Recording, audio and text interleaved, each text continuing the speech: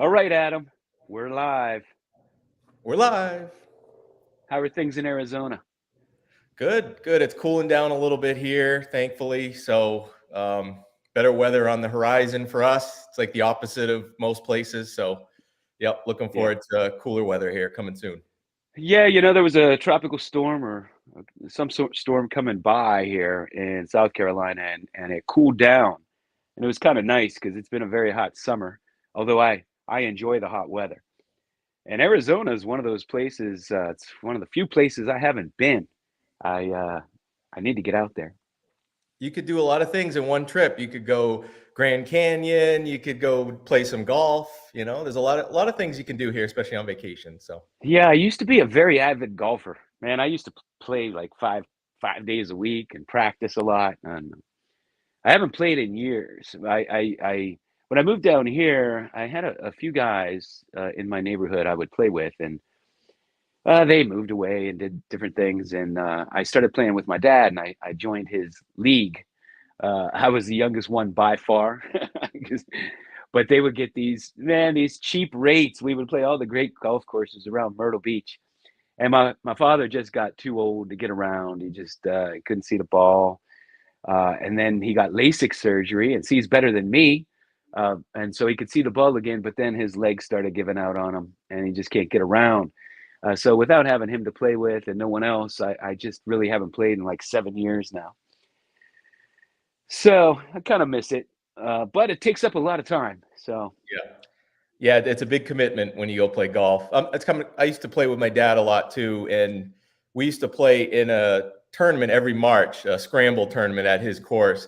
But this is the first year that he's given me a little like, oh, I don't know, because it's 2 days straight and it's 18 holes, so 2 days in a row, and it takes a while because it's a scramble. So he's starting to like go, I don't know about this year, So this is the first year where he's having a little doubt that he has the stamina, but I'm gonna see if he can still do it this year. We'll see. Coming up. yeah, I went through that with my grandfather too. He was an avid golfer, really good golfer too. And it just got to the point where he just couldn't get around anymore. Kind of sad. But I Yeah. guess we all get there eventually. Yep. So I have well before I have some questions for you. That's kind of how this live came about. I said, hey, I have questions for you, card collecting questions, and I want to ask you on a live if we can. And you said, cool, let's do it. So, but before that, I want to mention the Mangini letter, if that's cool. That's absolutely cool. The Mangini letter. So we got another one coming out. I'm going to say it's going to probably be tomorrow, another one. And I think we were kind of talking about moving forward in the future. Maybe we'll do some exclusive like videos and maybe even like giveaways here and there for people that are on the list. So if you think that's a good idea, I like the idea of an exclusive video that only people that are on the list will be able to watch. Do you still think that's a good idea? I mean, it's fine. Yeah, that's fine by me. Cool. Doing some sort of giveaway would be nice too. And for anybody that's watching, I'll put a link after this posts this video here. After our live post, I'll put a link if you want to subscribe and you're not yet subscribed. It's free. Just something that Adam and I do to give back to the community and to share knowledge and engage other collectors and their expertise to contribute. So we've had I think, some interesting ones. The contributions have been fabulous. I've learned a lot. And I actually have one that maybe next week I have one ready to go about a pretty cool basketball set. So hopefully by next week I'll have that one ready to go. That'd be cool. Good deal. Yeah. So the premise here was Adam reached out to me and he wanted to ask me questions. And he made it seem like I was all gung ho for this, but I'm a little nervous because I'm totally blind. I have no idea what he's going to ask me, and he's been telling me he's going to ask me these questions for several days, and so we'll see. I'm a little nervous. I watch just about all your videos, like many here on YouTube do. So when I watch your videos, I think of questions like, man, I want to ask him that. So I have a few that have just came up in my head over the last, I don't know, couple weeks from your videos.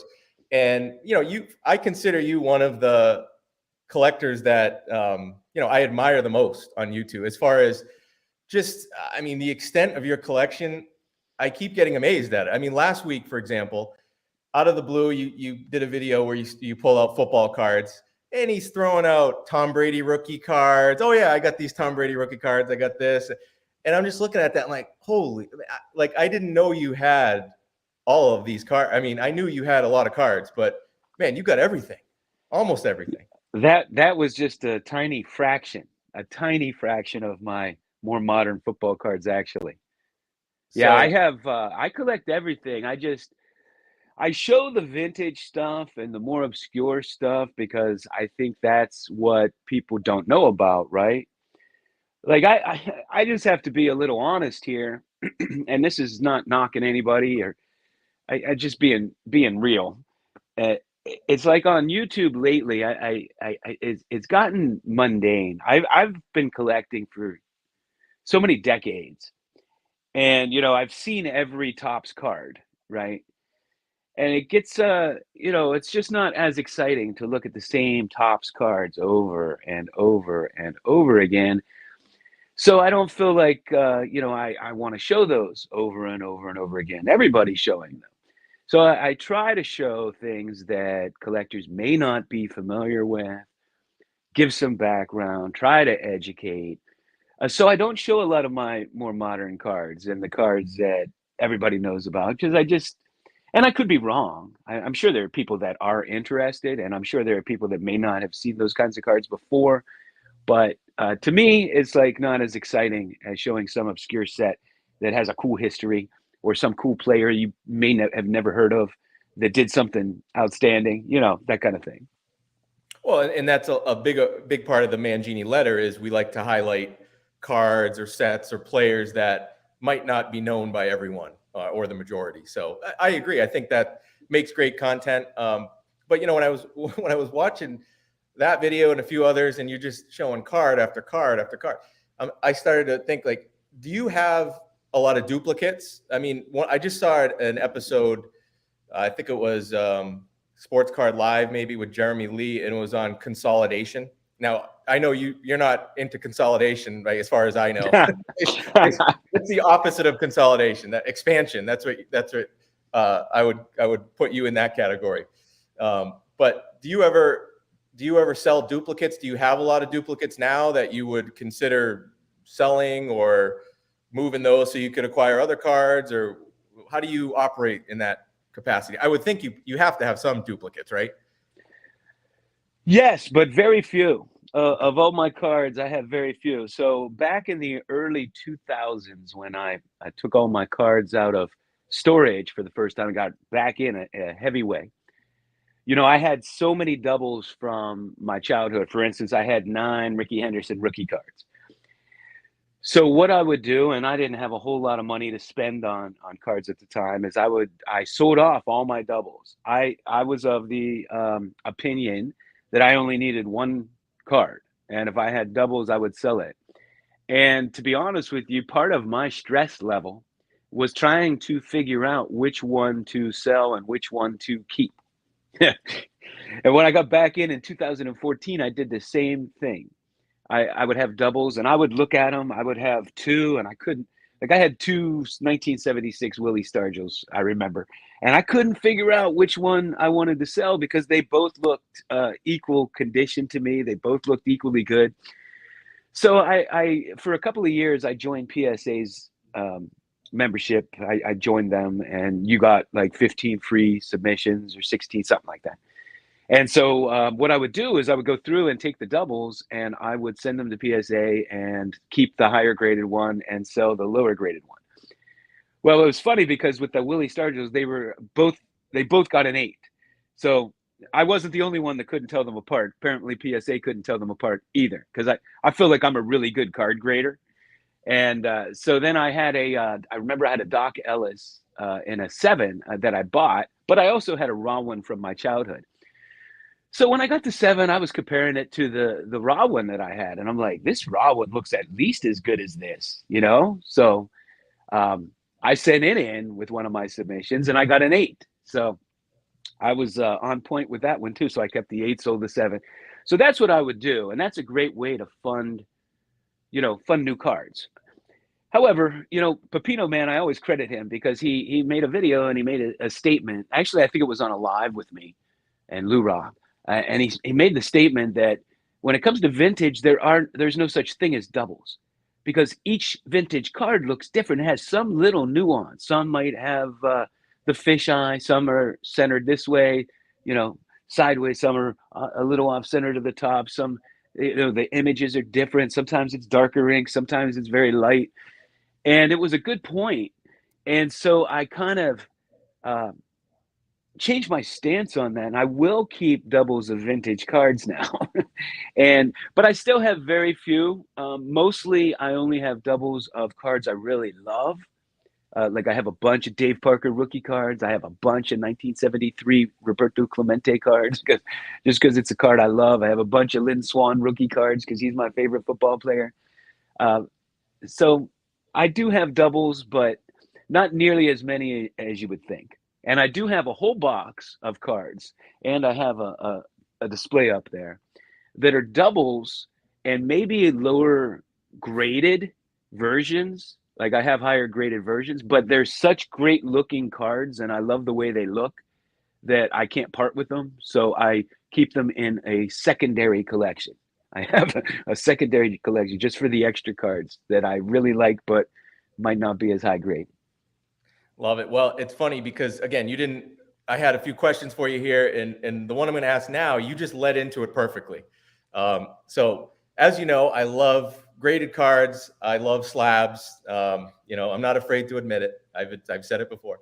And not everyone, I would say the majority don't fall in there. I think, especially here on YouTube, I mean, people grade cards and they buy slab cards. But I think by and large, if you were to like poll YouTube on their sentiment towards PSA or grading companies, especially some of the longer collectors, I feel like it would skew towards the negative as far as how they feel about card grading, the world of card grading and so forth, which is, hey, everyone's got their own opinions. But so one of the things I wanted to ask you a proposition, and feel free to say, no, get out of here. So I'm a PSA member, whatever, it's Collectors Club member.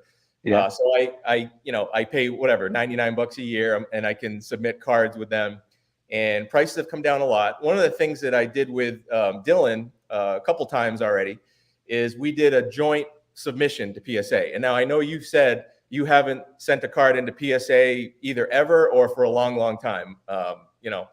So my challenge to you is, I mean, you got these Tom Brady sitting there. I can't even imagine what you got. I'm talking even just modern cards. Would you ever consider doing a joint submission with me? I'll pay for all the shipping. All you'd have to pay for is the grading cost to grade the card, which again, these specials, I think they got a football special now where it's $15 a card with PSA. So would you ever consider doing a joint submission with me? And you said you're a good card grader. You have to predict what you think the grade's going to come back as beforehand. And then we'll do a reveal 3 years from now when we get the cards back or whatever.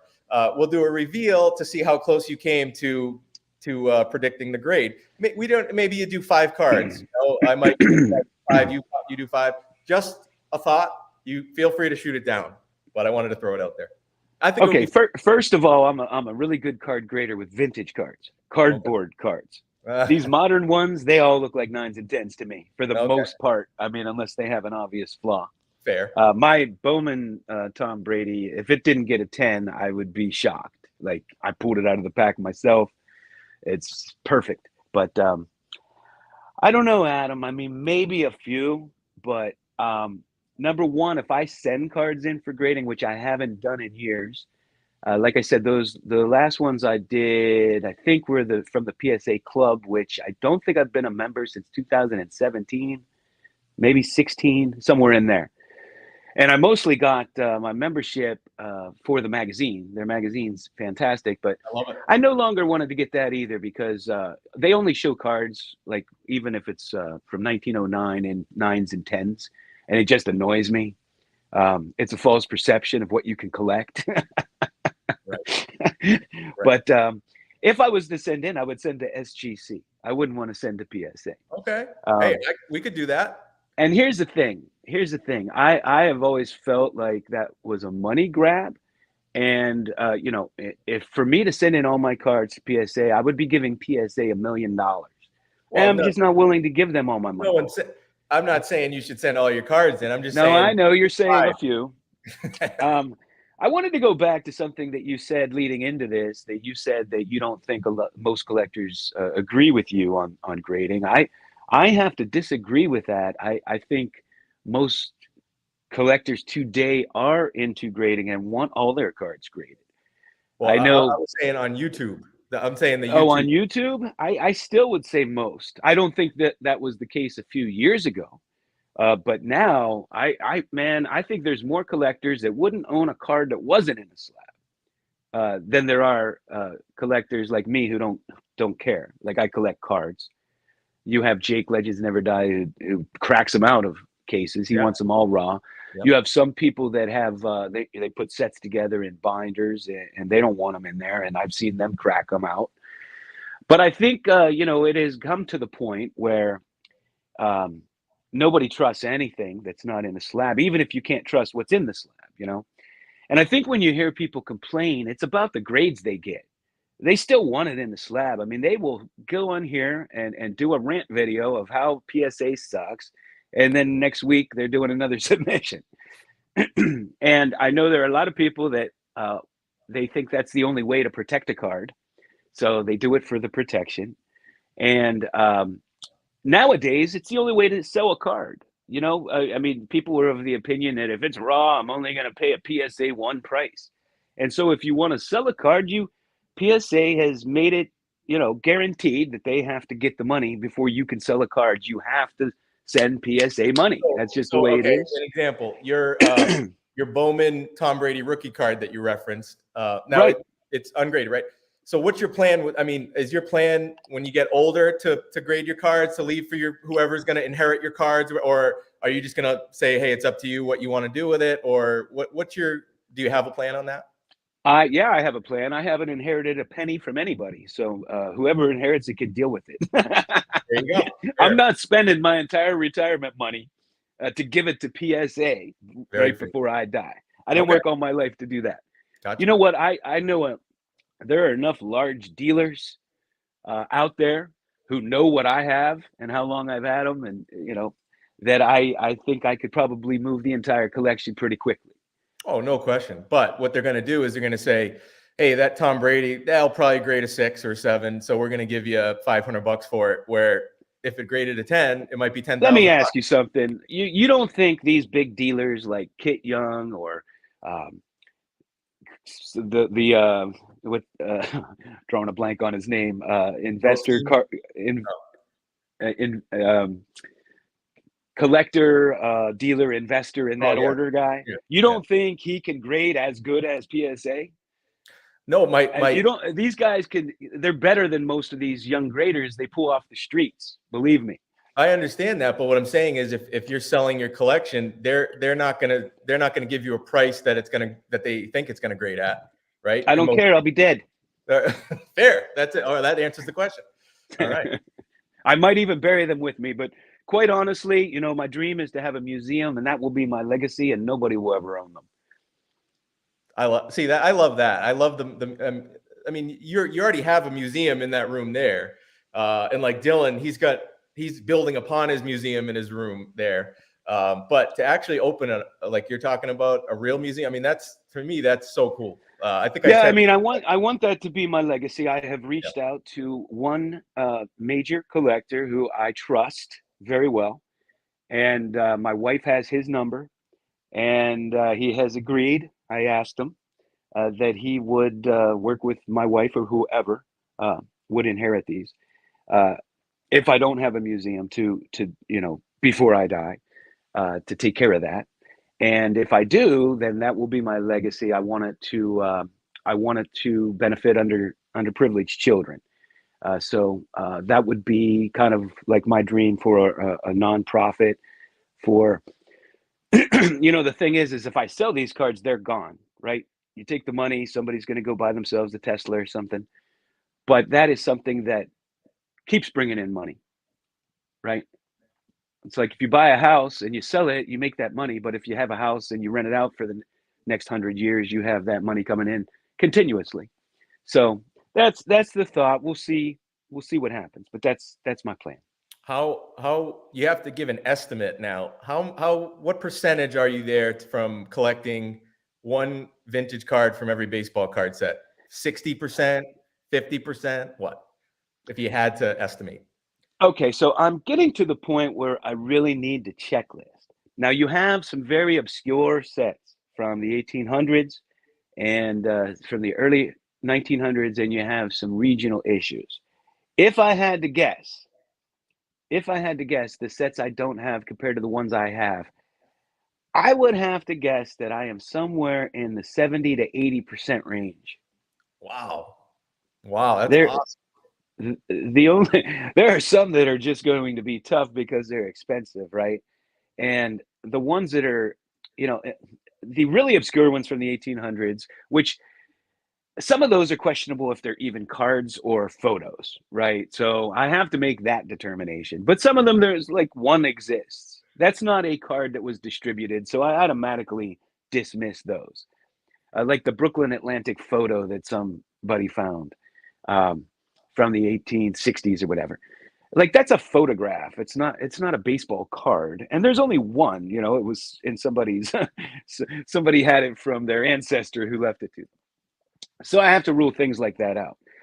Where what will be really tough is there are a lot of sets where only Babe Ruth was in them, and of course his cards are through the roof. So some of those kinds of things could get challenging too. But I think anything from like the 30s on is totally doable. And I have, like I said, I would venture to guess 70 to 80%. Wow, that's incredible. I mean, and you're not that old, man. You know, like wow, you're not an old guy, really. I mean, you know, I am so obsessive compulsive yeah. that in the early 2000s, when I got back into collecting, I was obsessed. In 2014, when I got back into collecting, pulled them all out of storage, I got obsessed. This is the first year where I haven't bought a lot. Aside from the National, I went a little hog wild at the National, but this is the first year since 2014 where I'm not buying much at all. I just think the economy's bad. I think the card prices had gone too high. The ones I'm buying now, I love the prices. They're getting back to really cheap, but not the big cards. Not the big cards yet. But I'm seeing cards that, I saw for twice as much last year.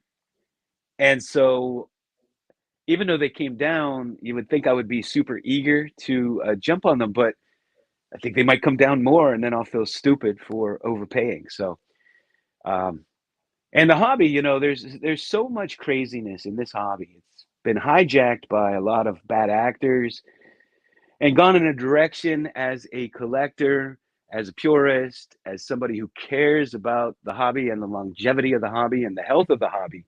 Is really hard for me to sit back and watch. And so I've gotten a little bit, disgruntled with it in a lot of ways. And I'm not ashamed to say that. That's just the way I feel. I can't help, the way I feel about it. Yeah, no, and it's funny because I mean, one of your last videos when you were talking about the stock market, the economy, and how it relates to cards. First of all, I totally agree that the economy is the number one driver, in my opinion, of sports card prices. Disposable income.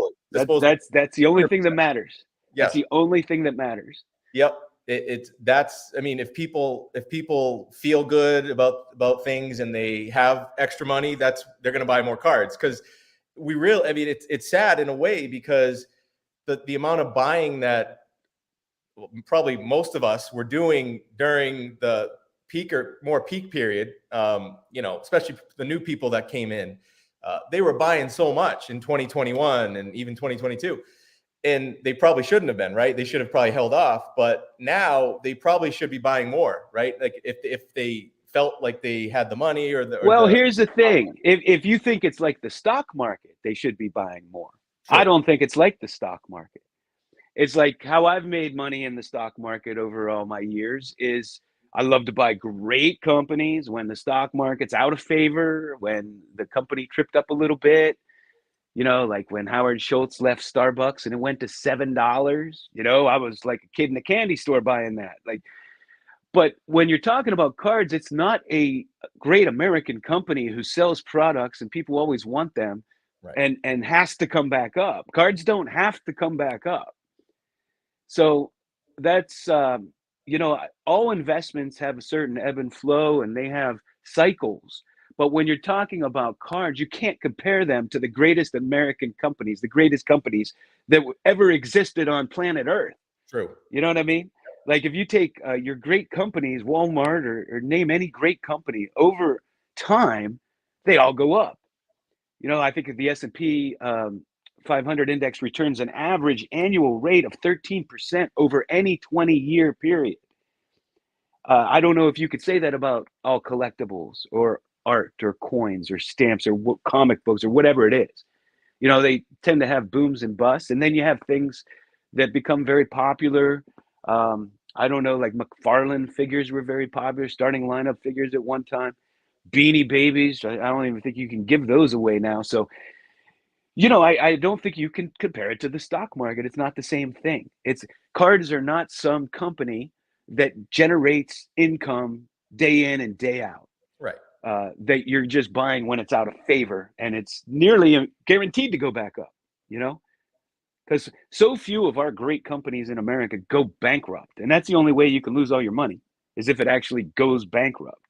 And if you're buying the best companies, that is such a minute percentage. And if you're, diversified and you do, pick a really bad one, you have a bunch of others to make up for it. So, and the other thing is, most of your great companies, if they're not growth companies, pay a dividend. So it's income while you're waiting for things to turn around. Your cards don't pay you a dividend. There's way better ways to make money in life than sports cards. Correct, right? I agree, unless you're one of those lucky people that, you inherited that 52 Mickey Mantle from some guy that bought it in 1990 and you could sell it for 12.5 million. But how many of us have done that? It's like, it's no different than hitting the lottery. How many people buy a lottery ticket and how many actually win? And to me, these huge cards that are selling, the ones that are selling that weren't created by some of these unscrupulous people, it's like a lottery ticket. Yeah, some people are going to make out like bandits, but your vast majority of people you don't see on here bragging that they sold their cards for $12 million, right? It's true. So yeah, if I'm open to doing SGC too. If you do want to grade a few cards, we could do a little joint, grading reveal. I would be open to that. I have a few vintage cards I kind of have on the list to send in. I took some to the National, but they were all reholders. I didn't have any graded. Right. They were just all reholders, and they were such great, rare, expensive cards. I did not want to send them through the mail. I know Dave Blue Jacket 66 says the same thing. He's nervous to send them in. Yeah. And I'm nervous to send them in. So when I heard they were doing it on site, that's when I decided to take them. And the funny thing is everybody was getting their cards back but me. And then so I checked on it, and I had it for the send back service somehow. I had some guy helping me because I couldn't see the screen, and I never grade, so I didn't know what to do. And he helped me, and I told him exactly what I want, but he put it in wrong. And so when I checked on it, I was like, "No, I want these back. I'll pay the extra. I don't care." So I have to, tip my hat to SGC. One of the managers dealt with me. And he called around, he tracked them down, and he ensured that I had them the next day. And so their customer service was outstanding. And, from day one, when I first decided to send in grading in the early 2000s, SGC was my company, man. When you're a vintage collector, it's just their holders are more museum quality looking. And I just never liked the red on my cards. I'm a black and white kind of guy. Half my wardrobe's black and white. My furniture's black and white. I'm a black and white guy. So I'm not a big colorful, the red never appealed to me. That's interesting. Yeah. I agree. I think vintage cards, most of them look great in the SGC holder, like you said, with the black background and everything like that. I actually grade most of my thicker like relic cards, memorabilia cards. I send those to SGC now because I like the look of them better. I don't like thick cards and in the PSA holder for whatever. There's, PSA. I like the sleekness, and they're very thin and light and so forth for regular cards. But yeah, for SGC, I go with I like vintage, but I also like the thicker patch cards in SGC holders. Only gripe. Let me know what you think about this, right? So, SGC known for vintage, right? And what's the most common saying that you hear in vintage? Buy the card, not the grade, right? Well, why? So why grade it? Well, no, well, okay, but a step further, why is the grade so big on the SGC holder, on the SGC label? Have you ever noticed that? You can't even. Well, the new one, yeah. The old one wasn't like that. Right. I didn't really care for the old labels, but I don't think I realized that. Well, I guess I always realized I never really cared for the label itself. Initially I was with you. I didn't like that the number was so prominent and the grade was so prominent, because it's like I say all the time, we're collecting slabs now and not cards, and that just makes that more prominent. They did grow on me as far as looks are concerned, but I think when you are talking about vintage card guys, many of us don't give two cents what numbers on that card. Right. And I know it's always been an idea of mine, and I know when I've talked about it, I've gotten a lot of support for it, is when you want a card slab, many people don't want a grade on it. They just want to know it's authentic, it's unaltered, and they like the label that says what year it is and the name and all that and what set it is. I even like that, even though I'm not a grading junkie. I do like that, because at a glance, you don't have to turn the card over or see look for a copyright or a lot of the old obscure cards I have to actually write sometimes, put a sticker on the back of the holder to remember what set it's from and what year, because there's so many obscure sets. So that's a great thing, and I think that's a service that somebody should offer, where it's not a grade. And that's kind of like, I don't know much about stamp collecting. I don't know anything about stamp collecting, but in talking to people who do stamp collecting, they said that basically that's what they do with stamps, is they give it a general idea, and then it's up to the collector to judge how that looks to them, right? So I would love to see a grade. I'll tell you right now, I would be shelling out some of my money that I don't spend on grading currently if I could get that grading service, where it's just lists the name, it's authentic, unaltered, and let me. I have to tell you this. This is what I'm just going to say. Do you know? I feel like very few people know this. At least that I see on YouTube. You can do that. You can do that with PSA. You could do that with SGC. Right when you submit an order, there's a button where you can say just authenticate, no grade. Yeah, but I don't want it to just say A, because when it says A, everybody assumes it's altered. It says authentic. Do they distinguish between that? Yes, they SGC updated their label like a year ago, where they don't do the A anymore. They write authentic. Same with PSA. Yeah, but did they write why it's authentic? Like, do they further distinguish that? Because when people see authentic, they think trimmed or altered or both of the companies wrong size. If it just says authentic, that tells us that it's an authentic card with no alterations. There's no funny business going on. If it will say authentic altered, or SGC will say authentic evidence. So if it doesn't have any of that stuff, if it just says authentic, that means the card just has no grade, but it's an authentic card with no issues. I didn't know you could do that. I had no idea. I just learned. That's what I'm here for, John. I'm here to help out, man. Why didn't you tell me this sooner? I know. I can't tell you how many people I've heard say that. Like, hey, if they ever come out with a service where you could just authenticate the card and not have a grade on, I've done that. I did that. I still have a box of my uncle's old cards, and I sent a few in to SGC. And I just put no grade, authentic, and they just authenticated the card. That's awesome, man. Now I'll tell you, if you want to know how SGC could probably get thousands and thousands of dollars out of me, like most people give to PSA, if they would put the Mangini collection on my labels. And you know what, John? They do that for like certain people or whatever, but you deserve that. Me, not so much, but maybe someday. But you, you've collected 70 to 80% I of think they all. only do that for people that send a lot of cards in for grading. Well, if you started, but I agree. I think because I actually asked them that. I said, you know, for my uncle's cards with SGC, can I just put his name on the? You know, I'm never going to sell them, but I just, you know, I want to put them in a slab, a few of them, not all of them. And I said, can I put his name on the label? And they said, no, we don't. You know, we don't do that. But that is something they 100% should offer, in my opinion. That's a shame. That what a great way to honor his memory, to have his name on there. And Yeah. you know, that's just kind of cool provenance too.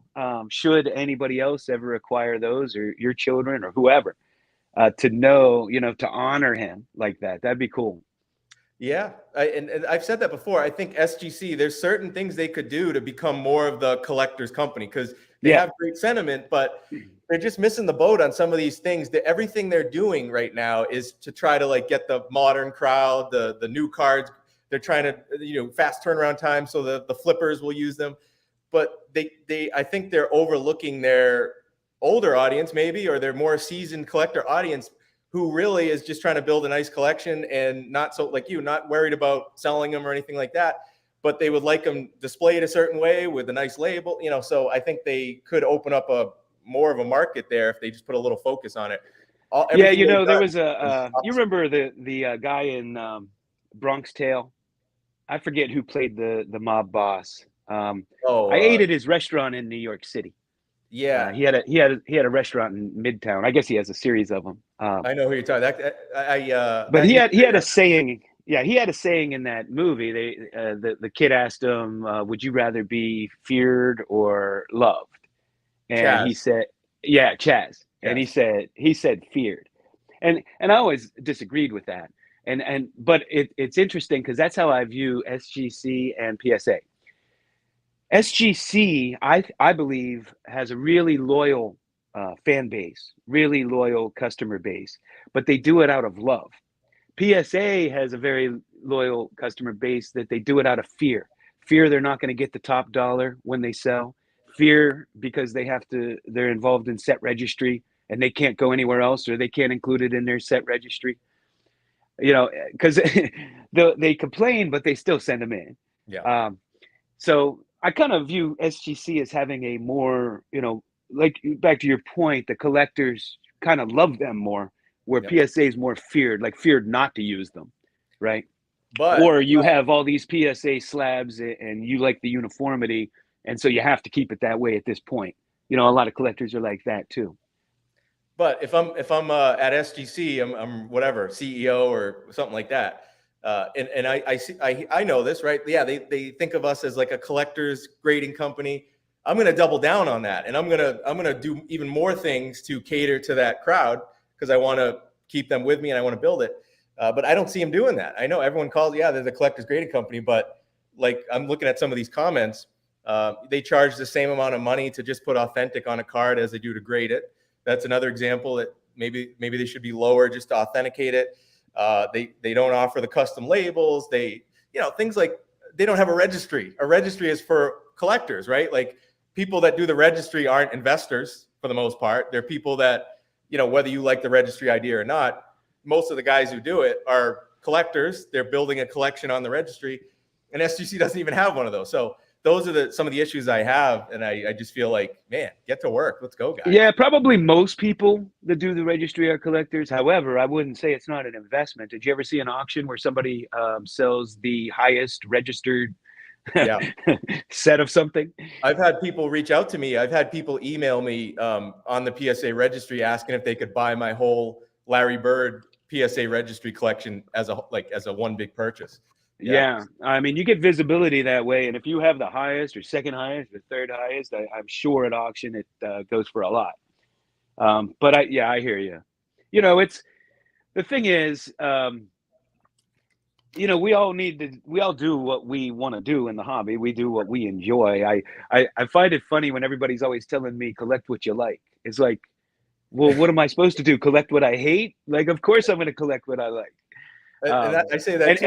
And people will say, don't you listen to these YouTubers? You collect what you like. It's like, aren't you telling me what to collect? You're Right. telling me not to listen to them to tell me what to collect, but you're telling me I how get to that all collect. the time. I don't know. It's kind of funny. People tell me, "Oh, collect what you like." You know, when I talk about grading companies, and I go, "Well, I like slabs. I don't know what to tell you. I like them. If I Right. didn't, I wouldn't do it." So Right. and then I get people. I am doing what I like. Sorry that you don't think it's what I should like, but I do. But we all do. We all collect what we like. I Yes. mean, unless you're just being influenced, you're new to the hobby, and you think you're going to make a killing and drive around in a Tesla that you can't currently do, and you're listening to these guys and you're buying what other people tell you. But that's, collectors don't do that. That's investors. And YouTube is filled with this. I mean, if you want to day trade and make $10,000 a day, there's a video for it. I always laugh at all these claims. You have that guy on there who says it. He eats pizza and all this and that. Meanwhile, he's genetically gifted with abs. But if you watch these ads, man, I could get my hair back overnight. I can fix my prostate. I can get ripped without ever working out. I mean, they give you all these promises of all this and that. And when it hit the sports card world, it was so disheartening to me. It was like one of these infomercials. Well, John, that was I got to get back to work, but I got more questions for you. Maybe we could do this again in the near future if you're down for it. I don't know, Adam. I have to question your loyalty to this hobby if you're putting work in front of cards. I know I know it's not a smart move, but it's something I guess I have to do, unfortunately. But yeah, I hear you. I usually take a back seat to your family too, so I'm used to it.